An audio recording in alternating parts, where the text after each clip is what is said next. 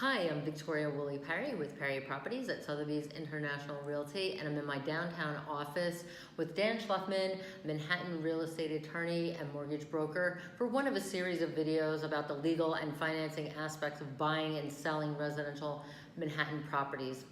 This video focus is on legal services for sellers of co-ops, condos, and townhouses in Manhattan.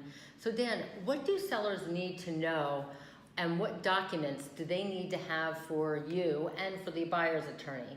Okay, so it depends on the type of property. For a co-op, they want you to have a copy of their stock, not the original stock certificate and the original proprietary lease, or if they don't have it, they need to know where it is. Usually if you have a mortgage on the property, it's going to be with your lender. But they need to know that. As for condos, there really aren't, and houses, there really aren't any documents they need unless they've done work on the place. If they've done work, they need to have certificates of occupancy for any work that required them. That happens a lot with houses or townhouses than it does with condos.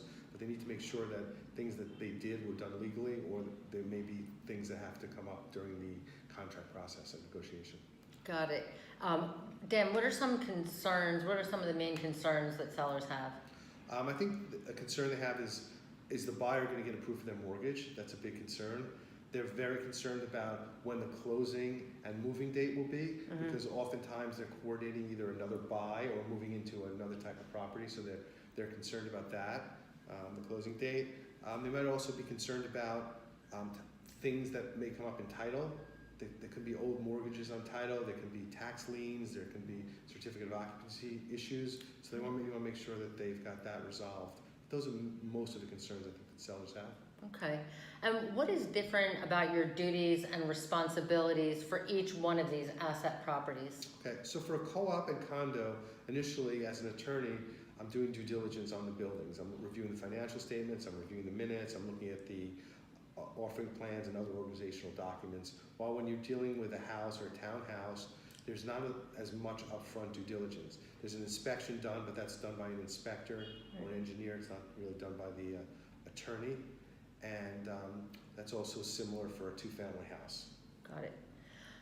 Let us know about the timing aspect of it, the time it takes from the minute an offer is accepted and then goes into contract and then closes, and then the process coordinating the closing. Okay, so for each type of asset, it's a little bit different.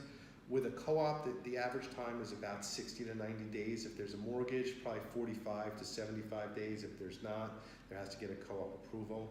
Condos, you probably can cut that time down by about 15 days because you don't have the approval, you just have the waiver of first refusal.